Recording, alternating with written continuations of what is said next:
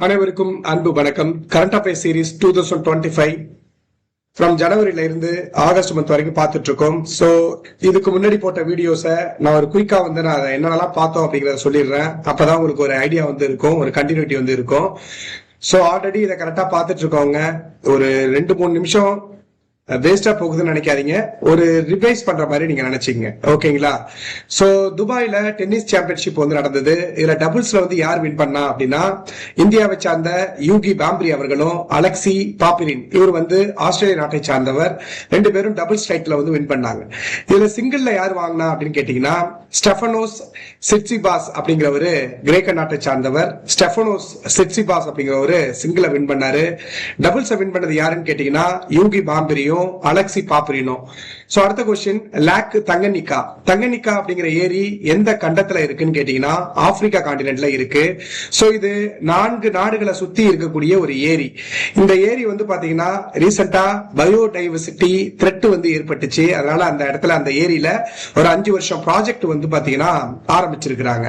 அங்க இருக்கக்கூடிய உயிரினங்களுக்கு அச்சுறுத்தல் ஏற்பட்டிருக்கு. அதனால ஓகேங்களா, புருண்டி, தான்சானியா, ஜாம்பியா, காங்கோ இந்த 4 நாட்டுக்கு நடுவுல தான் லேக் தங்கனிகா இருக்கு. இது உலகத்துல நீளமான மற்றும் ஆழமான ஒரு ஏரியும் கூட. ஓகேங்களா? அடுத்து ஒரு report, from borrower to builders அப்படிங்கிற ஒரு ரிப்போர்ட்டை யாரு வெளியிட்டான்னு கேட்டீங்கன்னா, நிதி ஆயோக். இந்த நிதி ஆயோக்குடைய சிஇஓ யாருன்னு கேட்டீங்கன்னா, பிவிஆர் சுப்பிரமணியம். நிதி ஆயோக் 2015 உருவானுச்சு. அடுத்து திகிங் பட்காய் தேசிய பூங்கா அசாம்ல பாத்தீங்கன்னா இருக்கு. அந்த இடத்துல அரிதா காணக்கூடிய ஒரு ஒயிட் கலர்ல இருக்கக்கூடிய ஒரு பூனை பாத்தீங்கன்னா ஸ்பாட் அவுட் ஆனிச்சு. அதனாலதான் திகிங் பட்காய் தேசிய பூங்கா நியூஸ்ல வந்துச்சு. அசாம்ல இருக்கு. அசாம்ல 2 முக்கியமான உயிர்கோள பெட்டகம், மானஸ் உயிர்கோள பெட்டகம், சைக்கோவா உயிர்கோள பெட்டகம், பயோஸ்பியர் ரிசர்வ் 2 இருக்கு. அடுத்து ஏசியாட்டிக் லயன், ஆசியாவின் சிங்கம், அதனுடைய ஃபர்ஸ்ட் ஹாபிடட், அதனுடைய முக்கியமான இடம் எதுன்னு கேட்டீங்கன்னா கிர் தேசிய பூங்கா தான். ஆனா அதனுடைய ஆசியாவின் சிங்கம் அதனுடைய செகண்ட் ஹாபிடட்டா பர்தா வனவிலங்கு சரணாலயம் உள்ளது. பர்தா வனவிலங்கு சரணாலயம் எங்க இருக்குன்னு கேட்டீங்கன்னா குஜராத்ல இருக்கு. அடுத்து பாருங்க, highest number of Gangetic dolphin, இந்த கங்கை நதி டால்பின் இருக்குல்ல, அது அதிகமா எங்க இருக்குன்னு கேட்டீங்கன்னா உத்தரப்பிரதேஷ்ல தான் இருக்கு. இந்தியாவின் இந்திய தேசிய நீர்வாழ் விலங்கா இது செலக்ட் ஆயிருக்கு. ஆக்சுவலா ரொம்ப வருஷத்துக்கு முன்னாடியே இது செலக்ட் ஆயிடுச்சு. உத்தரப்பிரதேஷ்ல கேஜெட்டிக் டால்பின் அதிகமா இருக்கு. அடுத்து பிரதான் மந்திரி ஸ்ராம் யோகி மாந்தன் அப்படிங்கிற திட்டம் எந்த அமைச்சகத்துக்கு கீழே இருக்குன்னு கேட்டீங்கன்னா, ministry of labour and employment. இது என்ன திட்டம்னு கேட்டீங்கன்னா, அன்ஆர்கனைஸ்ட் செக்டார்ல வேலை செய்யறாங்க இல்லையா, இந்த ஸ்ட்ரீட் வெண்டார்ஸ், ஓகேங்களா, வீட்லயே பாத்தீங்கன்னா சின்ன சின்ன வேலை செய்யறவங்க, ஓகே, சோ அவங்க எல்லாம் அன்ஆர்கனைஸ்ட் செக்டார். சோ அவங்களுக்கு எல்லாம் பென்ஷன் கொடுக்கறதுக்காக இந்த பிரதான் மந்திரி ஸ்ராம் யோகி மாந்தன் உருவாக்கப்பட்டது. இது எந்த அமைச்சகத்தின் கீழே இருக்குன்னு கேட்டீங்கன்னா, ministry of labour and employment. அடுத்து மவுண்ட் எரிபஸ். இந்த மவுண்ட் எரிபஸ் பாத்தீங்கன்னா எந்த காண்டினென்ட்ல இருக்குன்னு கேட்டீங்கன்னா அண்டார்டிகால பாத்தீங்கன்னா இருக்கு. அடுத்து மினர்வாரியா காட்டிபோரியாலிஸ் அப்படிங்கிற ஒரு புதிய ஸ்பீசிஸ், அது எந்த இனத்தை சார்ந்ததுன்னு கேட்டீங்கன்னா ஃப்ராக் இனத்தை சார்ந்தது. இதை கிரிக்கெட் ஃப்ராக் அப்படின்னு சொல்லுவாங்க. அடுத்து செபியுடைய சேர்மன் யாருன்னு கேட்டீங்கன்னா துகின் கண்டா பாண்டே தான் செபியுடைய சேர்மன். அடுத்து பிலாடெல்பி காரிடர், இது எந்த 2 நாட்டுக்கு நடுவுல இருக்குன்னு கேட்டீங்கன்னா காசா அண்ட் எகிப்து. சோ இது வழியா தான் ஆயுதங்களை எடுத்துட்டு போவாங்க. சோ அதனால இது யாருக்கு சொந்தம் அப்படின்னு பிரச்சனை ஏற்பட்டுச்சு இந்த இஸ்ரேல் ஹமாஸ் கான்ஃபிளிக்ட்ல. சோ அதனால இது நியூஸ்ல வந்திருக்கு. பிலாடெல்பி காரிடர் அப்படிங்கிறது காசா அண்ட் எகிப்துக்கு நடுவுல இருக்கு. அடுத்து பாத்தீங்கன்னா ஓசிலாட், இது ஒரு குவாண்டம் சிப்பு. அதுக்கு நேம் பாத்தீங்கன்னா ஓசிலாட்னு வச்சிருக்காங்க. இதை யாரு லான்ச் பண்ணான்னு கேட்டா அமேசான். ஓசிலாட் அப்படிங்கிறது குவாண்டம் சிப். குவாண்டம் சிப் எதுக்கு யூஸ் ஆகும்னா அந்த கால்குலேஷனுக்காக யூஸ் ஆகும். அடுத்த கரன்ஸ் அப்படிங்கிற சூறாவளி பிரான்ஸ்ல லா ரீயூனியன் அப்படிங்கிற இடத்துல வந்துச்சு. அடுத்து பாருங்க, ஒரு கம்பெயினை யாரு, make the world wear khadi அப்படிங்கிற ஒரு கம்பெயினை யாரு நடத்தினா அப்படின்னு கேட்டீங்கன்னா, so Advertising Agency Association of India நடத்தினாங்க. இவங்களுடைய வேலையே அட்வர்டைஸ்மெண்ட் பண்றது தானே. சோ அதை ப்ராப்பரா செய்யறது. இந்த காதி இருக்குல்ல, அதை குளோபல் பிராண்டா மாத்தணுங்கிறதுக்காக இந்த கம்பெனி நடத்தினாங்க. யாரு நடத்தினா அப்படிங்கிறது question. Advertising Agency Association of India, AAI. ஓகேங்களா? அடுத்து இந்தியாவிலேயே முதன்முறையா ஏன்ஷியன்ட் டைப்ல ஸ்டிச்டு ஷிப் பாத்தீங்கன்னா எங்க கட்டினாங்க அப்படின்னு கேட்டீங்கன்னா கோவால. ஓகேங்களா? தைக்கப்பட்ட கப்பல் அப்படின்னு சொல்லுவோம். அடுத்து நேஷனல் தன்வந்திரி அவார்டை 2025 யாரெல்லாம் வின் பண்ணான்னு கேட்டீங்கன்னா தாராச்சந்த் சர்மா, மாயாராம் உனியால், சமீர் கோவிந்த், ஜமதாக்னி அப்படிங்கிற 3 பேர் வாங்கியிருந்தாங்க. அடுத்தது வேர்ல்டு பேங்க் ஒரு ரிப்போர்ட்டை வெளியிட்டாங்க. அது என்ன ரிப்போர்ட் அப்படின்னு கேட்டீங்கன்னா பிகமிங் ஏ ஹை இன்கம் எக்கனாமி இன் ஏ ஜெனரேஷன், எப்படி இந்த ஜெனரேஷன்ல ஒரு உயர்ந்த பொருளாதார கொண்ட இன்கம் கொண்ட ஒரு பொருளாதாரமா மாறுறது அப்படிங்கிற ஒரு ரிப்போர்ட் இது. சோ இதுல என்ன சொல்லியிருந்தாங்கன்னா இந்தியாவுடைய ஜிடிபி பாத்தீங்கன்னா 7.8ல இருந்துச்சு, அப்படிதான் மெயின்டைன் ஆனிச்சுன்னு கேட்டீங்கன்னா 7.8ல மெயின்டைன் ஆனது அப்படின்னு கேட்டீங்கன்னா இந்தியா 2047க்குள்ள ஒரு ஹை இன்கம் எக்கனாமி உடைய ஒரு நாடா மாறும், ஓகேங்களா அப்படின்னு சொல்லியிருந்தாங்க. சோ இதை பத்தி பேசிக் ஜிகேவை நான் சொல்லியிருந்தேன். வேர்ல்டு பேங்க்கும் இன்டர்நேஷனல் மானிட்டரி ஃபண்டும் எப்போ உருவானுச்சு அப்படின்னு கேட்டீங்கன்னா 1944ல பிரிட்டன் வுட்ஸ் கான்ஃபரன்ஸ் நடந்தது, பிரிட்டன் வுட்ஸ் மாநாடு நடந்தது. அதன் அடிப்படையில உலக வங்கியும் சர்வதேச பன்னாட்டு நிதியமான இன்டர்நேஷனல் மானிட்டரி ஃபண்டும் உருவானுச்சு 1945ல. 1944 பிரிட்டன் வுட்ஸ் மாநாடு, அதன் அடிப்படையில 1945ல வேர்ல்டு பேங்க்கும் இன்டர்நேஷனல் மானிட்டரி ஃபண்டும் உருவானுச்சு. இதோட ஹெட் குவார்டர்ஸ் எங்க இருக்குன்னு கேட்டீங்கன்னா வாஷிங்டன் டிசில பாத்தீங்கன்னா இருக்கு. இந்த வேர்ல்டு பேங்க் பாத்தீங்கன்னா இது ஒரு லாங் டேர்ம்ல ஒரு நாடு டெவலப்மெண்ட்டுக்கு ஹெல்ப் பண்ணும், கடனை கொடுத்து ஹெல்ப் பண்ணும் லாங் டேர்ம், ஓகேங்களா. இன்டர்நேஷனல் மானிட்டரி ஃபண்டுங்கிறது it is a short term. அப்படின்னா சோ ஒரு நாட்டுல பினான்சியல் இன்ஸ்டபிலிட்டி இருந்தது, நிதி தட்டுப்பாடு இருந்துச்சுன்னா அதை கொடுத்து ஹெல்ப் பண்ணுவாங்க. சோ இவங்க லாங் டேர்முக்கு ஹெல்ப் பண்ணுவாங்க, ஒரு நாட்டோட கல்வி சுகாதாரம் அதை டெவலப் பண்றதுக்காக. இன்டர்நேஷனல் மானிட்டரி ஃபண்டை பொறுத்த வரைக்கும் ஒரு நாட்டுல ஷார்ட் டேர்ம்ல குறுகிய காலத்துல கம்மியான வட்டிக்கு பணம் கொடுத்து ஹெல்ப் பண்ணுவாங்க, பினான்சியல் இன்ஸ்டபிலிட்டியை சரி பண்ண. அடுத்து பார்டர் ரோடு ஆர்கனைசேஷன் அப்படிங்கிறது எல்லைப்புற சாலைகள் ஆணையம். இது 1960ல உருவானுச்சு. இது எந்த அமைச்சகத்தின் கீழே இருக்குன்னு கேட்டீங்கன்னா மினிஸ்ட்ரி ஆஃப் டிஃபென்ஸ், பாதுகாப்புத்துறை அமைச்சகத்துக்கு கீழே தான் இருக்கு. சோ ப்ரோ அப்படிங்கிறவங்க யாருன்னு கேட்டீங்கன்னா எல்லைப்புறத்துல பார்டர்ல ரோட போடுறவங்க, ஓகேங்களா. அடுத்து பர்தி அப்படிங்கிற கம்யூனிட்டி எங்க இருக்கிறாங்க அதிகமான்னு கேட்டா மகாராஷ்டிரா அண்ட் மத்திய பிரதேஷ்ல இருக்கிறாங்க. அடுத்து கோட்டா கேர்ஸ் அப்படிங்கிற ஒரு இனிஷியேட்டிவ், இதை ராஜஸ்தான் கொண்டு வந்திருக்காங்க. இந்த எக்ஸாமுக்கு படிக்கிறவங்க எல்லாம் அதிக ஸ்ட்ரெஸ் ஏற்பட்டு சூசைட் பண்ணிக்கிறாங்க. அதை தடுக்கிறதுக்காக அவேர்னஸ் ஏற்படுத்துறதுக்காக இந்த திட்டத்தை ராஜஸ்தான் கவர்மெண்ட் கொண்டு வந்திருக்காங்க. அடுத்து ஓபன் கோல்ஃப் சாம்பியன்ஷிப் சத்தீஸ்கர்ல நடந்தது.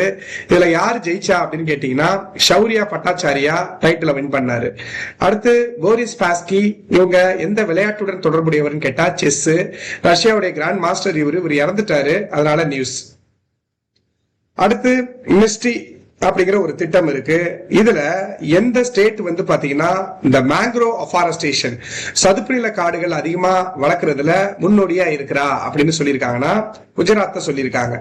அடுத்து வேர்ல்டு சீகிராஸ் டே என்னைக்குன்னு கேட்டீங்கன்னா மார்ச் 1ஆம் தேதி உலக சீகிராஸ் தினம் அப்படின்னு சொல்லுவாங்க. இந்த சீகிராஸ்லாம் ஒண்ணு இல்ல, கடல்ல இருக்கக்கூடிய ஒரு பூக்கும் தாவரம் தான் சீகிராஸ். அடுத்து centre for nano soft matter science அப்படின்னு ஒண்ணு பெங்களூர்ல இருக்கு. இவங்க நெக்ஸ்ட் ஜெனரேஷன் லைட்டிங்க பாத்தீங்கன்னா டெவலப் பண்றதுக்கு நிறைய டெக்னிக்கை டெவலப் பண்ணிருக்காங்க. Centre for nano and soft matter science எங்க இருக்காங்கன்னா பெங்களூர் தான் ஹெட் குவார்டர்ஸ். அடுத்து யூரோப்பியன் லீடர்ஸ் சமிட், இது எங்க நடந்ததுன்னு கேட்டீங்கன்னா யுனைடெட் கிங்டம், ஐக்கிய ராஜ்யத்துல நடந்தது. இது எதற்காகனா ஐரோப்பிய தலைவர்கள் மாநாடு எதுக்காக நடந்ததுன்னு கேட்டீங்கன்னா உக்ரைனுக்கு சப்போர்ட் பண்றதுக்காக இது நடந்துச்சு. ஏன்னா உக்ரைன் ரஷ்யா போர் காலகாலமா நடந்துகிட்டு இருக்கு. சோ அதை தடுக்கிறதுக்காக.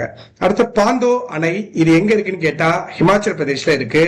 பாந்தோ அப்படிங்கிறது பியாஸ் நதி இருக்குல்ல, ஹிமாச்சல் பிரதேஷ்ல ஓடுது. பியாஸ் சிந்து நதியுடைய முக்கியமான துணையாறு.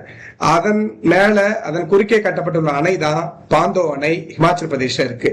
அடுத்து ஜியாலஜிக்கல் சர்வே ஆஃப் இந்தியா 1851ல ஓல்டுகம், தாமஸ் ஓல்டுகம் அப்படிங்கிறவரு ஆரம்பிச்சாரு. இது எந்த அமைச்சகத்தின் கீழே இருக்குன்னா மினிஸ்ட்ரி ஆஃப் மைன்ஸ், சுரங்க அமைச்சகம், அதுக்கு கீழே தான் ஜியாலஜிக்கல் சர்வே ஆஃப் இந்தியா இருக்கு. உங்க வேலை என்னன்னா எந்த இடத்துல அதிக மினரல்ஸ் இருக்கு, எந்த இடத்துல நிலக்கரி இருக்கு, எந்த இடத்துல இரும்பு தாது இருக்கு அப்படின்னு சொல்லிட்டு சர்வே பண்றவங்க. சோ அது எந்த அமைச்சகம்னு கேட்டா மினிஸ்ட்ரி ஆஃப் மைன்ஸ் தானே வரும். சோ அடுத்தது பாருங்க, ஸ்வலாம்பினி அப்படிங்கிற திட்டம், இது எந்த அமைச்சகத்தின் கீழே செயல்படுதுன்னு கேட்டீங்கன்னா ministry of skill development and entrepreneurship. First Swalambini அப்படிங்கிற திட்டம் எதற்காக இருக்குன்னு கேட்டீங்கன்னா உமன் என்டர்பிரனர்ஷிப்பை டெவலப் பண்ணணும், பெண் தொழில் முனைவோரை அதிகப்படுத்தணுங்கிறது தான் இதனுடைய நோக்கமே, ஸ்வலாம்பினி திட்டத்தோட நோக்கமே. அடுத்து பாருங்க, ஜுவாங்கா அப்படிங்கிற பழங்குடி எந்த ஸ்டேட்ல காணப்படுறாங்கன்னா ஒடிசாவுல காணப்படுறாங்க. இந்த ஒடிசாவுல ஒரு நதி ஓடுது, அந்த நதியோட பேரு ருஷிகுல்யா நதி, ருஷிகுல்யா அப்படிங்கிற ரிவர். ஓகேங்களா? சோ இன்னைக்கான கரண்ட் அஃபேர்ஸ் பார்க்கலாம். ரொம்ப டிலே பண்ணிட்டேன்னு நினைக்காதீங்க தயவு செஞ்சு. சோ நோக்கம் என்னன்னா, இந்த வீடியோவை புதுசா பாக்குறவங்களுக்கு ஒரு கண்டினியூட்டி இருக்கணுங்கிறதுக்காக தான் நான் வந்து பாத்தீங்கன்னா இந்த பழையத்தையும் சொன்னேன் நான். ஓகேங்களா? சோ இன்னைக்கான முதல் கேள்வி வந்து பாத்தீங்கன்னா ரொம்ப ரொம்ப முக்கியம். சோ இப்போ ரீசெண்டா வந்து பாத்தீங்கன்னா மார்ச் மந்த்ல ஒரு ஒரு ப்ராசஸ் வந்து ஆரம்பிச்சிருக்காங்க. அது என்னன்னு கேட்டீங்கன்னா, ஒன் நேஷன் ஒன் போர்ட், ஒரே நாடு ஒரே துறைமுகம் அப்படிங்கிற ஒன் நேஷன் ஒன் போர்ட் அப்படிங்கிற ஒரு திட்டத்தை வந்து லான்ச் பண்ணிருக்காங்க. எந்த மினிஸ்ட்ரி லான்ச் பண்ணிச்சுன்னு கேக்குறாங்க. சோ துறைமுகம் தானே கேட்டிருக்காங்க. அப்ப எது வரும் அப்படின்னு கேட்டீங்கன்னா, ministry of ports and shipping and waterways. Ministry of ports, போர்ட்ஸ்னா உங்களுக்கு தெரியும், துறைமுகம். ஓகேங்களா? மினிஸ்ட்ரி ஆஃப் போர்ட்ஸ் அதுக்கு கீழே வந்து இருக்கு ministry of ports, shipping and waterways.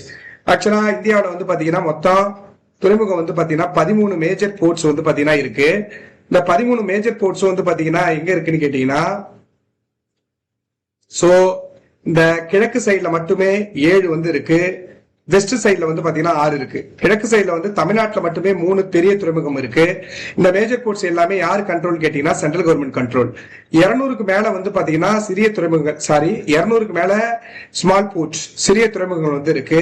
இது யாருடைய கண்ட்ரோல் கேட்டீங்கன்னா ஸ்டேட் கவர்மெண்ட் கண்ட்ரோல்ல இருக்கு. சோ இது இப்போ இங்க வந்துரும். 7 வந்து பாத்தீங்கன்னா ஈஸ்ட் சைட்ல இருக்கு, 6 வந்து பாத்தீங்கன்னா வெஸ்ட் சைட்ல இருக்கு. 7 வந்து பாத்தீங்கன்னா அதுல 3 பெரிய துறைமுகம் தமிழ்நாட்டிலே இருக்கு. ஸ்டார்ட் ஃப்ரம் தூத்துக்குடி, அதுக்கப்புறம் சென்னை, அதுக்கப்புறம் எண்ணூர். அடுத்து ஆந்திர பிரதேஷ்ல இருக்கக்கூடியது வந்து பாத்தீங்கன்னா விசாகப்பட்டினம் துறைமுகம். ஆந்திர பிரதேஷ்ல இருக்கக்கூடியது விசாகப்பட்டினம். அடுத்து ஒடிசாவில் இருக்கக்கூடியது வந்து பாத்தீங்கன்னா பாரதீப். ஒடிசாவில் இருக்கக்கூடியது பாரதீப் துறைமுகம். ஓகேங்களா? அடுத்து கொல்கத்தாவில் வந்து 2 இருக்கு. அதே பேர்ல கொல்கத்தா அப்படிங்கிற பேர்லயே கொல்கத்தா துறைமுகம் ஒண்ணு இருக்கு. அப்புறம் இன்னொன்னு என்னன்னு கேட்டீங்கன்னா ஹால்தியா. சோ இதெல்லாம் ஆல்ரெடி உங்களுக்கு நல்லா தெரியுங்கிறதுனால நான் ஃபாஸ்டா சொல்றேன். ஹால்தியா துறைமுகம் மொத்தம் 7 வந்துருச்சு. சோ ஸ்டேட் வைஸா போங்க, மேப் வந்து ஒரு டைம் பாத்துங்க, ஜேஆர்எஃப் படிக்கிறதுனா ஈஸியா இருக்கும். சோ தமிழ்நாட்டுல மட்டுமே 3 இருக்கு, தூத்துக்குடி, சென்னை, எண்ணூர். ஆந்திராவில விசாகப்பட்டினம், ஒடிசாவில பாரதீப், ஆழமான துறைமுகம் கூட இது. அடுத்து கொல்கத்தாவில 2 இருக்கு, கொல்கத்தா. அடுத்து ஹால்தியா துறைமுகம். அடுத்து இதே வெஸ்ட் சைட்ல வந்தீங்கன்னு கேட்டீங்கன்னா, ஃபர்ஸ்ட் கேரளாவில வந்து பாத்தீங்கன்னா கொச்சின் துறைமுகம் இருக்கு. அடுத்து கர்நாடகா இருக்கும். சோ கர்நாடகால வந்து பாத்தீங்கன்னா என்ன இருக்கு, மங்களூர் துறைமுகம். கர்நாடகால மங்களூர் துறைமுகம். அதுக்கப்புறம் இந்த இடத்துல கோவா இருக்கும். கர்நாடகா அண்ட் மகாராஷ்டிரா இது சந்திக்கிற இடத்துல பார்டர்ல இருக்கும். சோ அங்க இருக்கக்கூடியது மர்ம கோவா. மகாராஷ்டிரால வந்து பாத்தீங்கன்னா மும்பை. மகாராஷ்டிரால வந்து மும்பை துறைமுகம் ஒண்ணு இருக்கு. அப்புறம் JNPT, ஜவஹர்லால் நேரு துறைமுகம், இததான் நவசேவா துறைமுகம் அப்படின்னு கூட சொல்லுவாங்க. அப்ப மகாராஷ்டிரால 2 இருக்கு. ஒன்னு மும்பை அப்படிங்கிறது ஈஸி, இது. 2வது நவசேவா துறைமுகம், இததான் ஜவஹர்லால் நேரு துறைமுகம் அப்படின்னு கூட சொல்லுவாங்க. அப்புறம் குஜராத்ல இருக்கக்கூடியது வந்து பாத்தீங்கன்னா என்னன்னா காண்ட்லா துறைமுகம். குஜராத்ல இருக்கக்கூடியது என்னன்னு கேட்டீங்கன்னா காட்லா துறைமுகம். சோ இதுல முக்கியமா 13 பெரிய துறைமுகம் இருக்கு. அது எல்லாமே சென்ட்ரல் கவர்மெண்ட் கண்ட்ரோல்ல, சிறிய துறைமுகம்லாம் ஸ்டேட் கவர்மெண்ட் கண்ட்ரோல்ல இருக்கு. So one nation one port அப்படிங்கிற திட்டம் வந்து பாத்தீங்கன்னா எந்த அமைச்சத்துக்கு கீழே இருக்கு அப்படின்னு கேட்டீங்கன்னா, so ministry of ports, shipping and waterways இது கீழே தான் இருக்கு. சோ இதனுடைய வேலை என்னன்னு கேட்டீங்கன்னா, ஆக்சுவலா வந்து ஒவ்வொரு டைமும் துறைமுகத்துல நிக்கும் போது டாக்குமெண்டேஷனுக்கு டைம் வந்து அதிகமாகுது. அடுத்து இன்எஃபிஷியன்சியாவும் இருக்கு. அப்புறம் காஸ்ட்டை வந்து குறைக்கணும், அப்புறம் டிலேவை வந்து குறைக்கணும் அப்படிங்கிறதுக்காக தான் இந்த ஒன் நேஷன் ஒரே நாடு ஒரே துறைமுகம் அப்படிங்கிற திட்டத்தை கொண்டு வந்திருக்காங்க. யாருன்னு கேட்டீங்கன்னா ministry of ports, shipping and waterways. அடுத்த கொஸ்டின் பாருங்க. இந்த கேப் வல்ச்சர் இது வந்து IUCN ஸ்டேட்டஸ்ல என்னவா இருக்கு? கேப் வல்ச்சர்னா ஃபர்ஸ்ட் என்னன்னு கேட்டீங்கன்னா கேப் கழுகு. ஓகே, கழுகு பாது. இது வந்து ஒரு ரொம்ப பெரிய கழுகுல வருது. இந்த கேப் வல்ச்சர் ரொம்ப காலகாலமா இருக்கக்கூடிய கழுகு. இது IUCN ஸ்டேட்டஸ்ல என்ன இருக்குன்னு கேட்டீங்கன்னா வல்லரபிள். வல்லரபிள்னா என்ன மீனிங் கேட்டீங்கன்னா, சோ வல்லரபிள் இதை நம்ம வார்னிங் ஸ்டேஜ்ல இருக்குன்னு அர்த்தம். ஓகே, வார்னிங் ஸ்டேஜ்ல இருக்குன்னு அர்த்தம். சோ இதை விட்டுட்டோம் அப்படின்னு கேட்டீங்கன்னா அது என்டேஞ்சர்டா மாறிடும். சோ இப்பயே வார்னிங் ஸ்டேஜ்ல இருக்கு, அதை வந்து ஒழுங்கா பார்க்காம விட்டுட்டு கவர்மெண்ட் அப்படின்னா அழிந்து வரும் இனங்கள்ல போயிடுவது. ஓகேங்களா? அழிந்து வரும் இனங்கள்ல போயிடும். அதையும் விட்டுட்டோம், கேர் பண்ணாம விட்டா அது கிரிட்டிக்கலி என்டேஞ்சர்ட். ஓகேங்களா? சோ ஆல்மோஸ்ட் வந்து பாத்தீங்கன்னா அழியும் ஸ்டேஜ்ல கிரிட்டிக்கலி என்டேஞ்சர்டுக்கு போயிடும். ஓகேங்களா, கிரிட்டிக்கலி என்டேஞ்சர்ட் அப்படின்னா ரொம்ப ரொம்ப டேஞ்சரஸ். சோ அடுத்தது வந்து பாத்தீங்கன்னா என்னது, எக்ஸ்டிங்க்ட்டுக்கு மாறிடும், அழிந்த இனங்களாவே மாறிடும். அப்புறம் ஃபார் எக்ஸாம்பிள் என்டேஞ்சர்டுக்கும் கிரிட்டிக்கல் என்டேஞ்சர்டுக்கும் என்ன வித்தியாசம்னு கேட்டீங்கன்னா, இப்போ அந்த விலங்கு ஒரு 50ல இருந்து 70 விலங்கு தான் இருக்கு அப்படின்னு கேட்டீங்கன்னா, 50ல இருந்து 70 விலங்குகள் வந்து பாத்தீங்கன்னா அழிஞ்சிட்டு அப்படின்னு கேட்டீங்கன்னா என்டேஞ்சர்ல வரும். இன்னும் 30 தான் பாக்கி இருக்கு. கிரிட்டிக்கலி என்டேஞ்சர்ட்னா 70ல இருந்து 90% அது அழிஞ்சிடுச்சு. 70ல இருந்து 90% அழிஞ்சிடுச்சு அப்படின்னா அது கிரிட்டிக்கலி என்டேஞ்சர்ட். ஓகேங்களா, சோ அடுத்தது 100% அழிஞ்சிடுச்சு அந்த விலங்கு அப்படின்னு கேட்டீங்கன்னா அது எக்ஸ்டிங்க்ட் அப்படின்னு சொல்லுவோம், அழிந்த இனங்கள் அப்படின்னு நம்ம சொல்லுவோம். இன்னொரு வார்த்தை தெரிஞ்சுங்க, லீஸ்ட் கன்சர்ன் அப்படின்னா ரொம்ப ஆபத்துலாம் இல்ல, அது அந்த உயிரினத்துக்கு எந்த ஒரு ஆபத்தும் இல்லை அப்படின்னாதான் லீஸ்ட் கன்சர்ன் அப்படின்னு சொல்லுவாங்க. IUCN அப்படின்னா என்னதுன்னா, இவங்கதான் வந்து உலக அளவுல தாவரங்கள் விலங்குகள்லாம் வந்து பாத்தீங்கன்னா எந்த ஸ்டேட்டஸ்ல இருக்கு, சோ அது நான் எந்த பிரச்சனையும் இல்லையா, இல்ல இது வந்து என்டேஜ் அழிந்து வரும் இனங்களா, இல்ல டோட்டலா அழிந்து போயிடுச்சா அப்படிங்கிற லிஸ்ட, ரெட் லிஸ்ட வந்து பாத்தீங்கன்னா மெயின்டைன் பண்ணுவாங்க, சிவப்பு பட்டியல். ஓகேங்களா, அடுத்த கொஸ்டின் பார்க்கலாம்.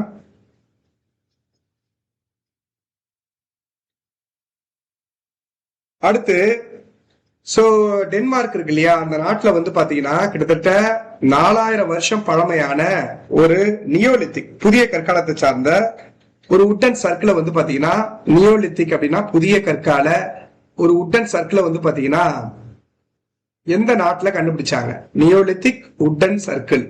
இது வந்து எந்த நாடுன்னு கேட்டீங்கன்னா டென்மார்க். இந்த டென்மார்க்ல இருந்து வந்தவங்க தான் யாரு, டேனியர்கள். ஓகே, நம்மளுடைய ஐரோப்பியர்கள் ஒரு படிச்சிருப்போம். சோ இந்த டென்மார்க்ல 4000 வருடம் பழமையான ஒரு உட்டன் சர்க்கிள் உள்ள மரம் வச்சு, மரத்தை வச்சு உட்டன் சர்க்கிள் இப்படி வந்து வச்சிருப்பாங்க சடங்குகளை செய்யறதுக்காக. புரிதுங்களா, ஒரு உட்டன் சர்க்கிள் மாதிரி இருக்கும், வேற ஒண்ணும் இல்ல. ஒரு புதிய கற்காலத்தை சார்ந்த உட்டன் சர்க்கிள் எங்க காணப்பட்டதுன்னு கேட்டா டென்மார்க்ல காணப்பட்டுச்சு. டென்மார்க்கோட தலைநகரம் கோப்பன்ஹேகன். ஓகேங்களா,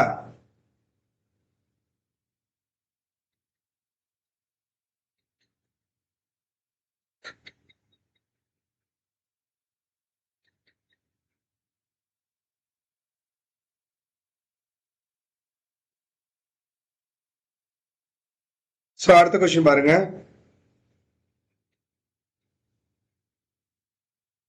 okay, world wild life day, உலக வனவிலங்கு தினம் என்னைக்கு?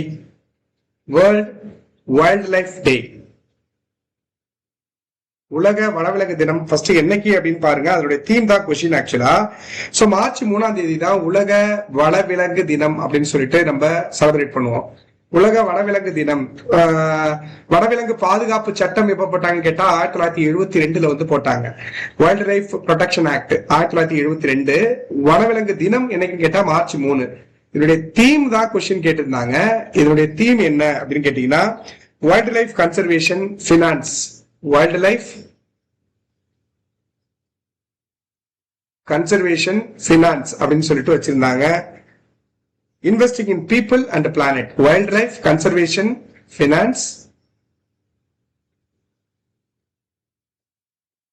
Investing in people and planet அப்படின்னு சொல்லிட்டு வச்சிருந்தாங்க. ஓகே, சோ உலக வனவிலங்கு தினம் என்ன வந்து பாத்தீங்கன்னா தீம் வச்சிருந்தாங்க 2025 சொல்றேன் நானு. என்ன தீம் கேட்டீங்கன்னா wild life conservation finance, investing in people and planet அப்படின்னு சொல்லிட்டு வச்சிருந்தாங்க. அடுத்து பாருங்க, முக்கியமான கொஸ்டின் இது. சோ ஹர்பூன் அப்படின்னு சொல்லிட்டு ஒரு மிசைல், ஹர்பூன் அப்படிங்கிற ஒரு ஏவுகணை. இந்த ஏவுகணை எந்த வகையான ஏவுகணை, எந்த டைப் ஆஃப் மிசைல் அப்படின்னு சொல்லிட்டு கேட்டிருந்தாங்க. ஹர்பூன் அப்படிங்கிற ஒரு மிசைல். இது வந்து பாத்தீங்கன்னா யுஎஸ் ஏர்போர்ஸ், ஓகேங்களா, அமெரிக்க விமானப்படை வந்து பாத்தீங்கன்னா இந்த ஏர் மிசைலை வந்து உருவாக்கி இருந்தாங்க. இது எந்த டைப் ஆஃப் மிசைல் அப்படின்னு கேட்டீங்கன்னா it is a anti ship cruise missile அப்படின்னு சொல்லுவாங்க. மீனிங் மட்டும் புரிஞ்சுங்க. இது என்னன்னு கேட்டீங்கன்னா எதிரி நாட்டு கப்பல் படையை சார்ந்த கப்பலை குறி வச்சு தாக்கும். எது, அந்த ரேடாரை வந்து பிளாக் பண்ணி குறி வச்சு தாக்கும். எதிரி நாட்டு கப்பல் படைய தாக்கக்கூடிய ஒரு ஏவுகணை இது. துல்லியமா தாக்கும். ஹர்பூன் அப்படிங்கறத உருவாக்கி இருக்கிறாங்க. ஓகேங்களா? ஹர்பூனை உருவாக்குனது யாருன்னு கேட்டீங்கன்னா யுஎஸ்ஏ, அமெரிக்கா ஏர்போர்ஸ் வந்து பாத்தீங்கன்னா தயாரிச்சிருக்கு.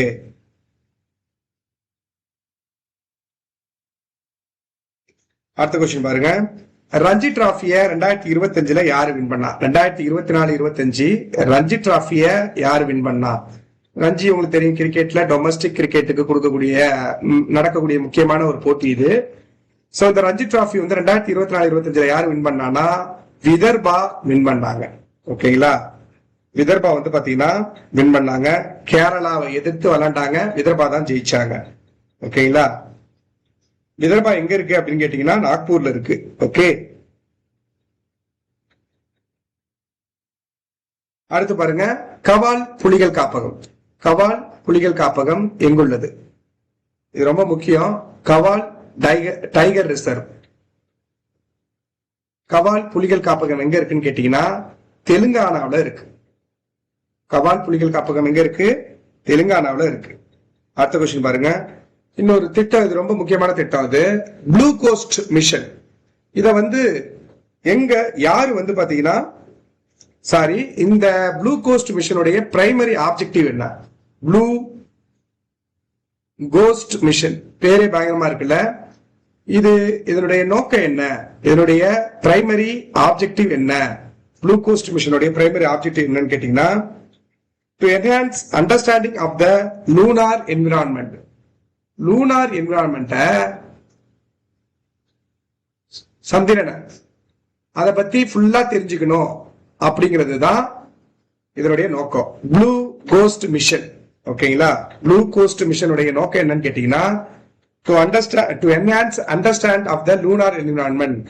சந்திரனை பத்தி பாத்தீங்கன்னா நல்லா தெரிஞ்சுக்கணும், அதனுடைய சுற்றுச்சூழலை பத்தி தெரிஞ்சுக்கிறதுக்காக அமைக்கப்பட்ட ஒரு திட்டம் தான் ப்ளூ கோஸ்ட் மிஷன் அப்படின்னு சொல்லுவாங்க.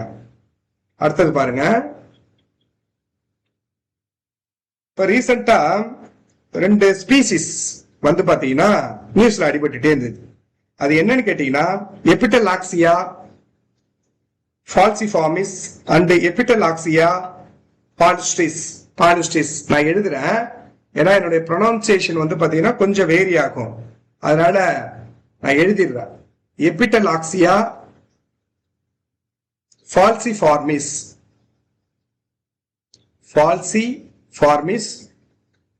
அப்புறம் எபிட்டலாக்சியா பாலுஸ்டிஸ்.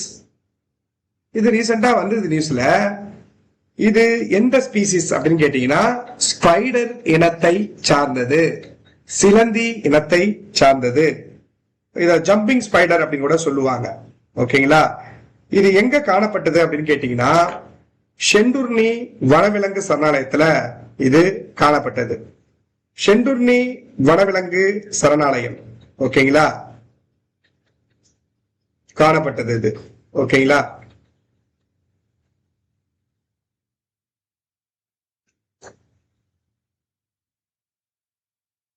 ஆக்சுவலா ஷெண்டுர்னி வனவிலங்கு சரணாலயம் எங்க இருக்குன்னு கேட்டீங்கன்னா லடாக்ல வந்து பாத்தீங்கன்னா இருக்கு.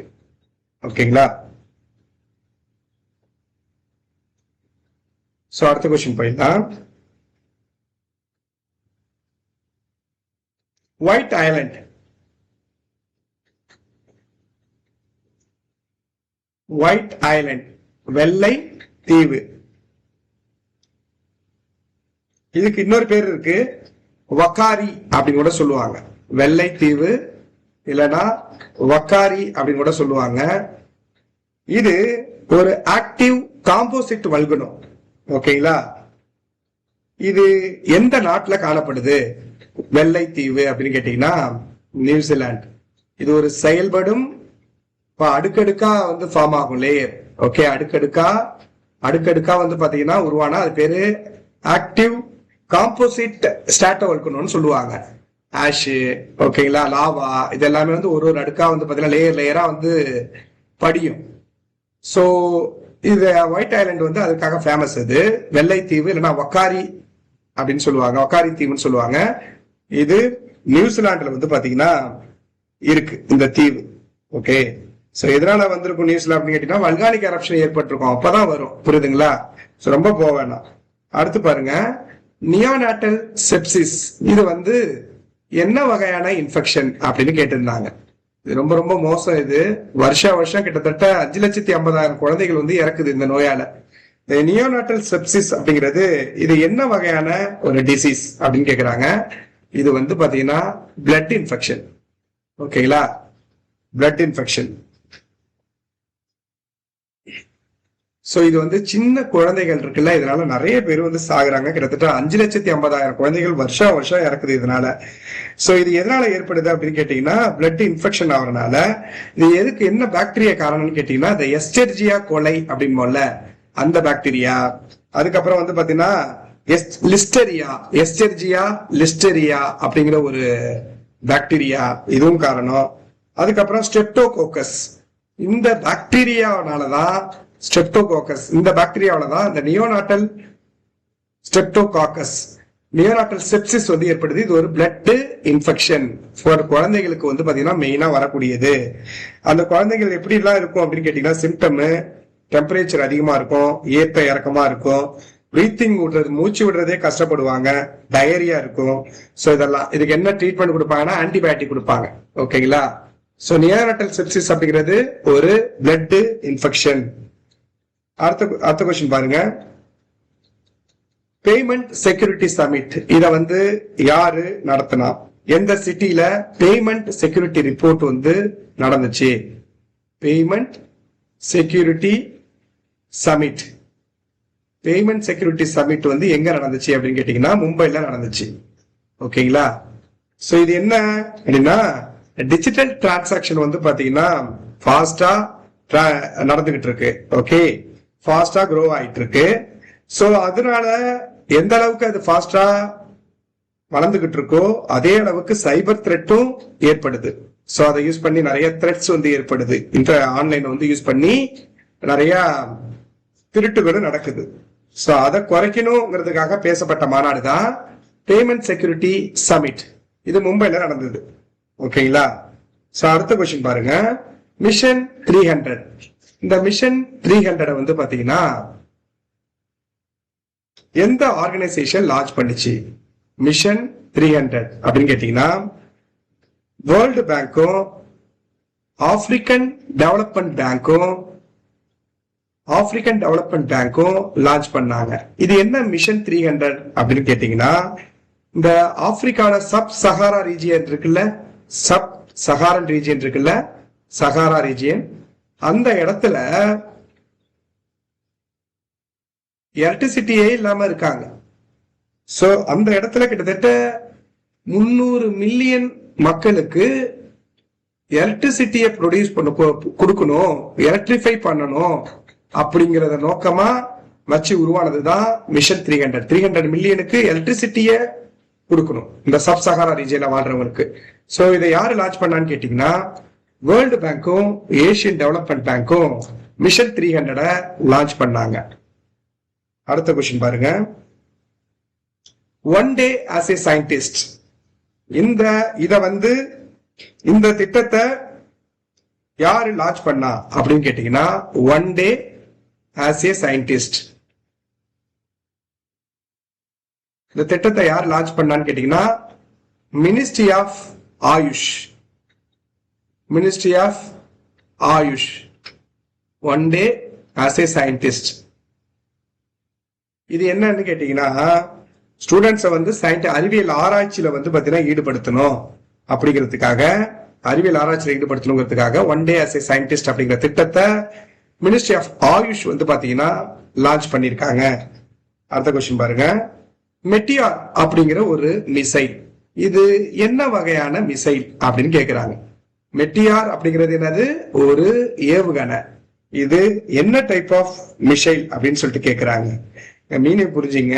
இதுவும் வந்து யுஎஸ் மரைன் கிராப்ஸ் தான் உருவாக்குனாங்க. ஓகேங்களா.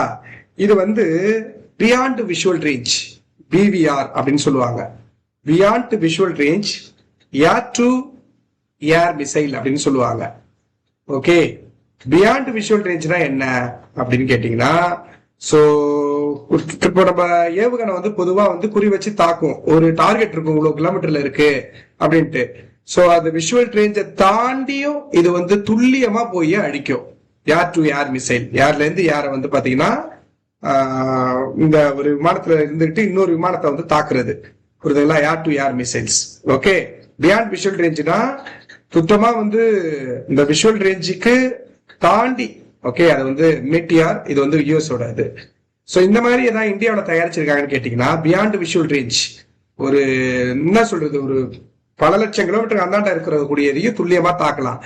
இந்தியாவில் ஃபர்ஸ்ட் உருவாக்கப்பட்ட இந்த பியாண்ட் விஷுவல் ரேஞ்ச் ஏவுகணைனா அஸ்திரா அப்படின்னு சொல்லுவாங்க. அஸ்திரானா வெப்பன் அர்த்தம், அஸ்திரான்னு பேர் வச்சிருக்காங்க. இந்தியாவிலையும் ஒரு beyond visual range air to air missile வந்து இருக்கு, ஏர் டு ஏர் ஏவுகணை வந்து இருக்கு. ஓகேங்களா? அடுத்து இன்னொரு சும்மா நார்மலா கேட்டீங்க, விசிட்டர் கான்ஃபரன்ஸ் அப்படின்னு ஒண்ணு நடத்தினாங்க.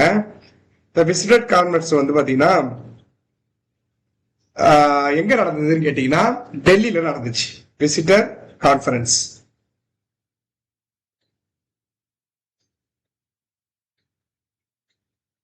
அடுத்து பாருங்க, யாமுண்டு ஒர்ஷி. யாமுண்டு ஒர்ஷி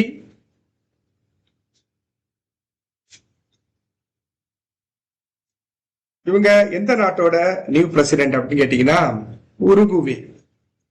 உருகுவே நாட்டோட நியூ பிரசிடென்டா செலக்ட் ஆயிருக்கவங்க யாமுண்டு ஒர்சி அப்படிங்கிறவங்க. ஓகேங்களா? ரீசெண்டா உத்தரகாண்ட்ல ஒரு திட்டத்தை லான்ச் பண்ணிருக்காங்க. அது என்ன திட்டம் அப்படின்னு கேட்டீங்கன்னா சிங்கிள் உமன் செல்ஃப் எம்ப்ளாய்மெண்ட் திட்டம். Single woman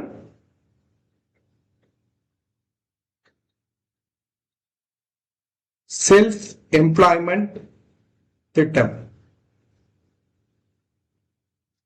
single woman self employment scheme. இதை யார் லான்ச் பண்ணாதான் கொஸ்டினே, வேற ஒண்ணும் கேட்கல.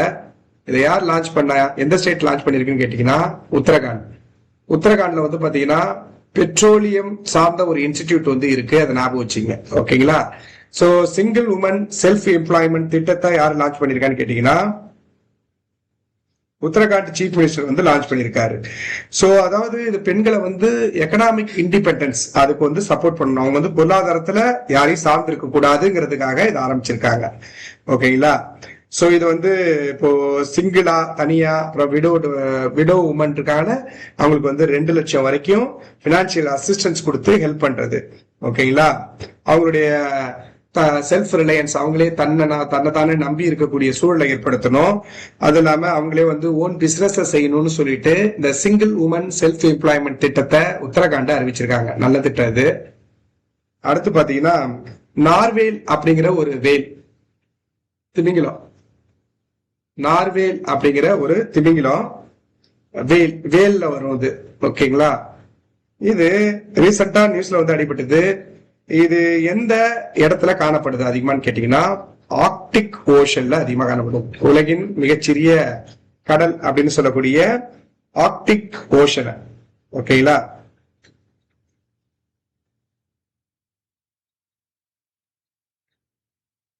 அடுத்தது பாருங்க, சரி ஓகே. ஸோ அடுத்ததுல வந்து பாத்தீங்கன்னா நான் வந்து கண்டினியூ பண்ணிக்கிறேன். ரொம்ப லென்த்தா போனாலும் உங்களுக்கு கஷ்டமா இருக்கும். ஸோ இதை நீங்க பார்க்கும்போது